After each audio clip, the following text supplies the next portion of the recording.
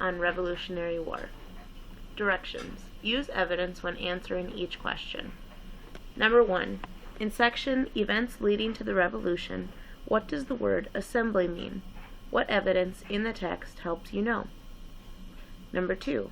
Why was having their own assembly so important to the colonies? Number 3. In the section Colonial Oppression, the text says, these measures only served to unite the colonists. More and more of them felt that their basic liberties were at stake. What did Britain do to the colonists that caused them to feel their basic liberties were threatened? Number 4. Why were the Loyalists opposed to independence from Britain? And number 5. The colonists who wanted independence from Britain were called patriots. Why did the patriots feel so strongly about breaking from the British rule in order to form their own nation? Directions. Use evidence when answering each question. Number 1. In section Events Leading to the Revolution, what does the word assembly mean? What evidence in the text helps you know? Again, in section Events Leading to the Revolution, what does the word assembly mean? What evidence in the text helps you know?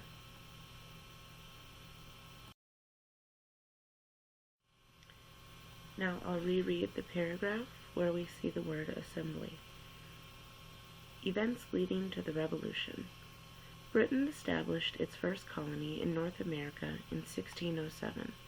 By the early 1760s, there were 13 colonies. These were Connecticut, Delaware, Georgia, Maryland, Massachusetts, New Hampshire, New Jersey, New York, North Carolina, Pennsylvania, Rhode Island, South Carolina, and Virginia. About 1.5 million colonists lived there. The colonists were far away from Britain, and they were used to running their own affairs. Each had its own assembly. They ran the everyday business of the colonies and collected taxes. Britain rarely taxed the Americans. Number 1. In section Events Leading to the Revolution, what does the word assembly mean? What evidence in the text helps you know? Again, in section Events Leading to the Revolution, what does the word assembly mean? What evidence in the text helps you know?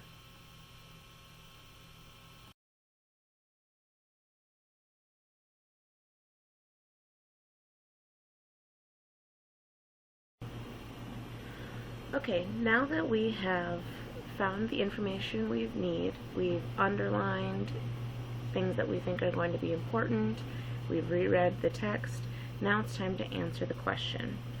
So number 1 has 2 parts. It says, what does the word assembly mean? And that is boxed here in yellow. We're going to answer that in the yellow box. And then, what evidence in the text helps you know? And that is underlined in blue. And we're going to enter that in this blue space. Anything that I do here on the video, I want you to write on in your booklets. Alright, so let's get started with number 1. What does the word assembly mean? Okay, you're going to start by answering the word assembly. The word assembly means. Okay, and then you're going to answer what you think assembly means based on what we read. So if we look down back at the article, it says the colonies were far away from Britain and they were used to running their own affairs. I see that the word affairs means business. So they were used to running their own colony, which then became the state. Each had its own assembly. So I'm going to think about that and I'm going to keep reading. They ran the everyday business of the colonies and collected taxes. So that tells me that an assembly was a group of people that ran everyday business of the colonies and collected the taxes. So it's a type of group that runs the colony and collects taxes. So I'm thinking about a term in our world right now, in our times, the group that does that for us would be our government. Our government runs our everyday business of our state and collects taxes off our state. So the word assembly probably means government. And remember from the video before, government means the group of people that are in charge of a certain place, okay? So in this case, the colony, or it can be a state or the country. So the word assembly means the government. Let's make sure that makes sense in the sentence. Each had its own government. That sounds good. And now I'm ready to answer the next part of the question, which is what evidence in the text helps me know? Well, we underlined some things a little bit earlier that helped us figure out that assembly means government. So I'm going to go ahead and type that in. You're going to write this into your answer. Okay, so in the text,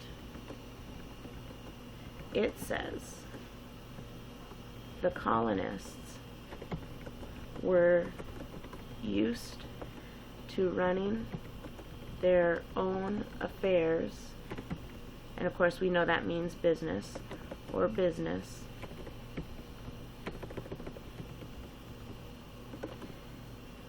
They ran the everyday business of the colonies and collected taxes. Okay, and notice I put those words in quotation marks because I'm pulling it right out of the text. So let me reread. The word assembly means the government. In the text, it says, the colonists were used to running their own affairs or business. They ran the everyday business of the colonies and collected taxes. This helped me figure out that assembly means government because the government runs the state or colony. Okay, and that is a complete answer. Notice that we've answered both parts. What does the word assembly mean, and what evidence in the text helps us know that? Okay, number 1 is done. Get ready for number 2. If you need more time to complete the response in your booklet, you may pause the video now. Directions. Use evidence when answering each question. Number 2. Why was having their own assembly so important to the colonies? We know from question number 1 that assembly means government, so the question is asking, why was having their own government so important to the colonies? Alright, just as in question number 1, we're going to be looking at the section titled Events Leading to the Revolution. We read the first paragraph of that section for question number 1. Right now I'm going to focus in on the last 2 sentences of that paragraph. Go ahead and read along with me as I read it. The colonies were far away from Britain, and they were used to running their own affairs.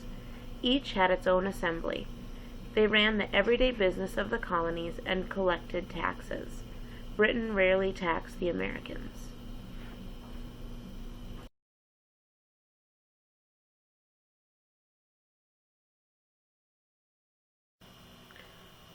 Okay, now that we've looked at the question and we've gone back to the text to reread, it's time to start writing out our response. The question asks, why was having their own assembly so important to the colonies? So I'm going to start typing my response in the space provided. You will write down anything that I type. Alright, I'm going to start by restating part of the question in my answer. Okay, so why was having their own assembly so important? I'm going to write, having their own assembly was so important, I'll just say important, was important to the colonists because, now I'm going to leave it here and I want you to think about how you would finish that sentence. Look back at the text, specifically look at the areas that we've underlined in blue and think about why the colonists might want to have their own assembly or government instead of being run by the British. Okay, so think about that, and when you're done, you can finish the answer on your own.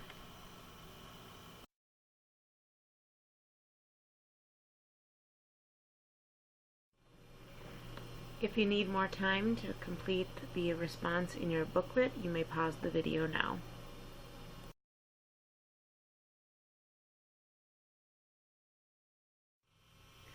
Directions. Use evidence when answering each question. Number 3. In the section, Colonial Oppression, the text says, "These measures only serve to unite the colonists.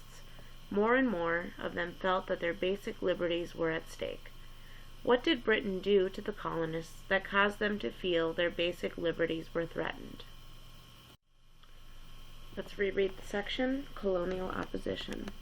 While we're reading, we're thinking about the things that the British did to the colonists that would make them feel as if their basic liberties or their freedoms were being threatened. Okay. The British Parliament passed the Stamp Act in 1765. It taxed newspapers and almost everything else that was printed. This angered the colonists. Why, they asked, should we pay taxes to Britain? The colonists decided to fight against the taxes. Representatives of 9 of the colonies met in New York in 1765. They formed the Stamp Act Congress. It said that colonists should boycott or refuse to buy British goods.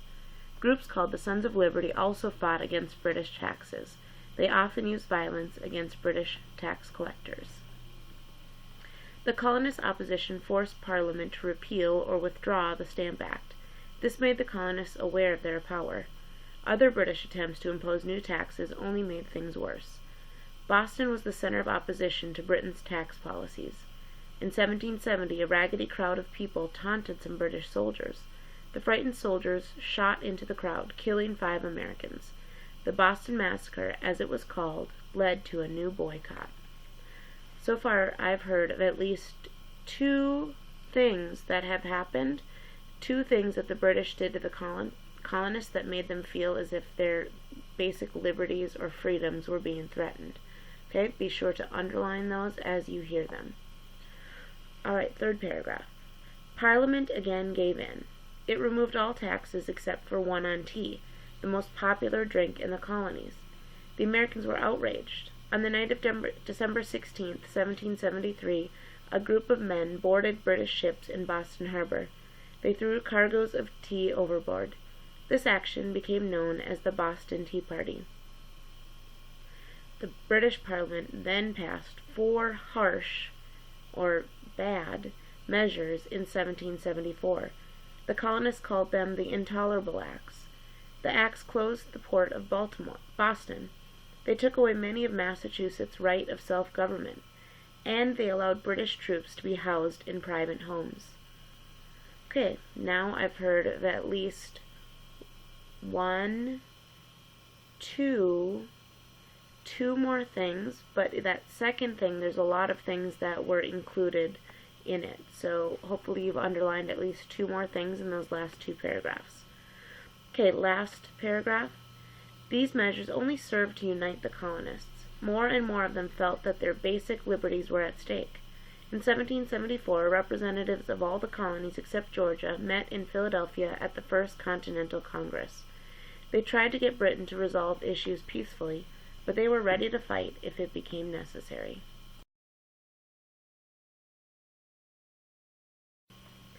Okay, now that we've read the question, we've reread the text, now we're ready to start thinking about our response to question number 3. As we read, I asked you to think about the things that the British had done to the colonists and underline them. So now I'm going to take those and I'm going to type them into this box, and this is just for us to look at then when we are actually responding to our question up there. So for this part, you don't need to write anything down. Alright, just make sure they're underlined in the text when I've done them here. So things that the British did. So from paragraph 1, it said that they passed the Stamp Act. So that was the first thing. And the text tells us that it angered the colonists. It was repealed, but they tried to impose other taxes. Imposing means making them pay them. And then, of course, some British soldiers shot 5 Americans, so the Boston Massacre occurred.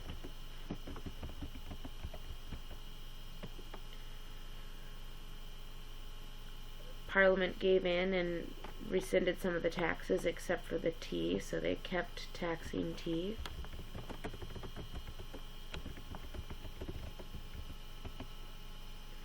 Which caused the Boston Tea Party. But that was something the colonists had done, not the British.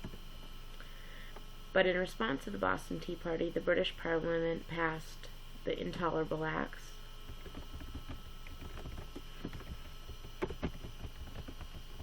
And those Intolerable Acts allowed allowed the British soldiers to stay in their homes.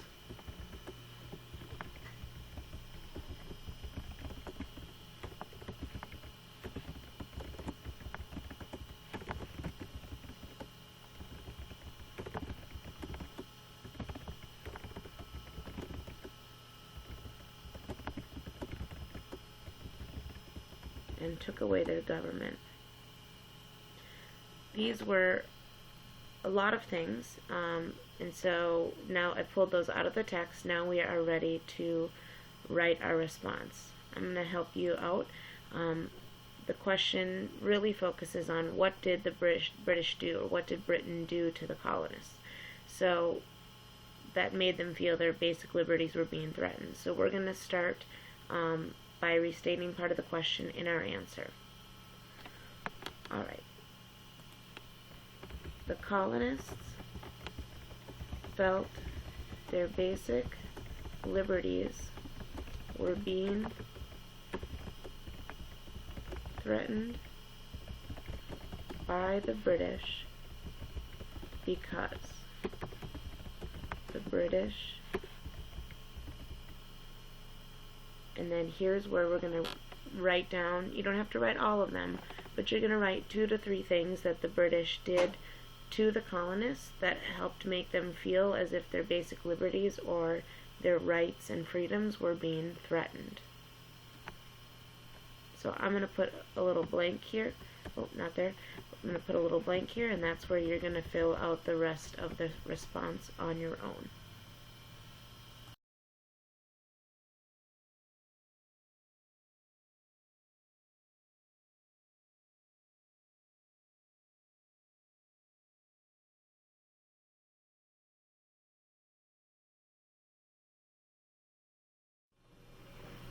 If you need more time to complete the response in your booklet, you may pause the video now. Directions. Use evidence when answering each question. Number 4. Why were the Loyalists opposed to independence from Britain? In other words, why were some people called the Loyalists against fighting the British troops and fighting for independence from Great Britain? Now that we've read question number 4, let's take a look back at the section that talks about this. It's in the section called War and Independence. Paragraph 2 says, "But not all colonists were ready for a complete break with Britain. Hundreds of thousands were still loyal to Britain and its king. They opposed independence. They were known as Loyalists or Tories. Hundreds of thousands of other colonists were neutral. They were not sure if they wanted a complete break with Britain." Okay, so opposed means that you're against. Neutral means you're neither for or against something. You're sort of in between, you're in the middle. That's what neutral means. So this question, though, is asking you about the Loyalists, and they were the ones that were opposed to independence. All right.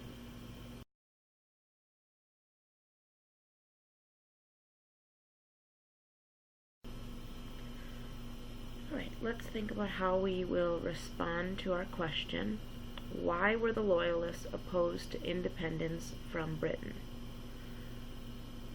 Again, we've reread the text, and it doesn't quite come out and say why. So here's a question that we need to think about why we think Loyalists were opposed to independence from Britain. So it's a question that's asking you to make an inference based on the information that the text gives you. They may not give you all of it, but you can start to make up your own inference about why something is happening. Alright, so in order to do that, we're going to start off. I'm going to help you get this answer started. Why were the Loyalists opposed to independence? We're going to restate part of that question in our answer. Okay, we're going to start off with saying the Loyalists were opposed to independence from Britain because. And now you can fill in the rest of the space with reasons why you think the Loyalists were opposed to independence from Britain. You can put in your inference, but then remember you need to back it up by information from the text. Once you've given your inference, then you can say something like, according to the text, or you could say, I think this because, and then you would explain something in the text, or you could just say, in the text it says. Okay, you can start off that second part in any one of these ways. Alright, good luck.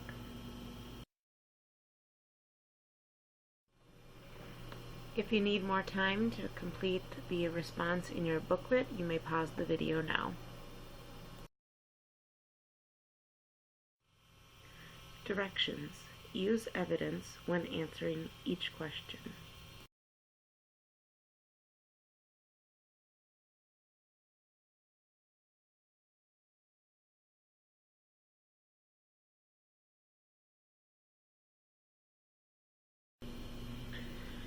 Number 5. The colonists who wanted independence from Britain were called patriots.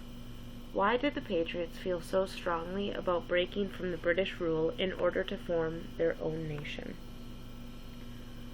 I want you to think about that question, and what it's asking you to answer is, what had happened that caused the patriots to feel as if they needed their independence from the British rule?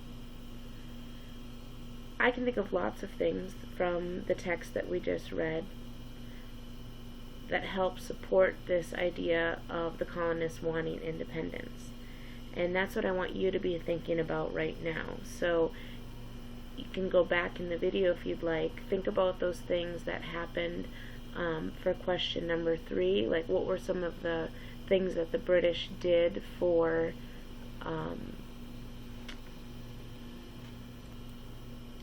think about some of those things that the British did against the colonists. And those things were things like passing the Stamp Act, imposing other taxes, the Boston Massacre, they kept taxing the tea, the Intolerable Acts. All of those were things that happened to the colonists because Britain was controlling them. And so when you are responding to this question, I want you to keep those things in mind, and anything else that you read from the text. You have that in front of you, so you can use that as well. Alright, so I'm going to help you get this one started. The colonists who wanted independence from Britain were called patriots. Why did the patriots feel so strongly about breaking from the British rule in order to form their own nation?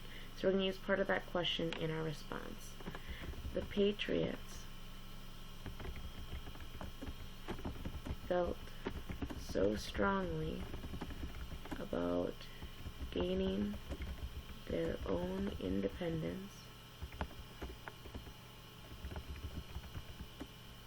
because, and here's where you can respond with the things that have been happening to the colonists that help them feel that way, as if they needed their own independence.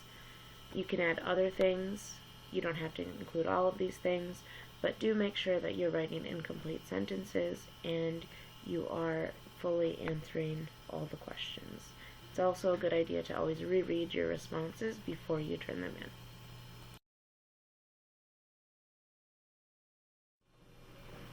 If you need more time to complete the response in your booklet, you may pause the video now.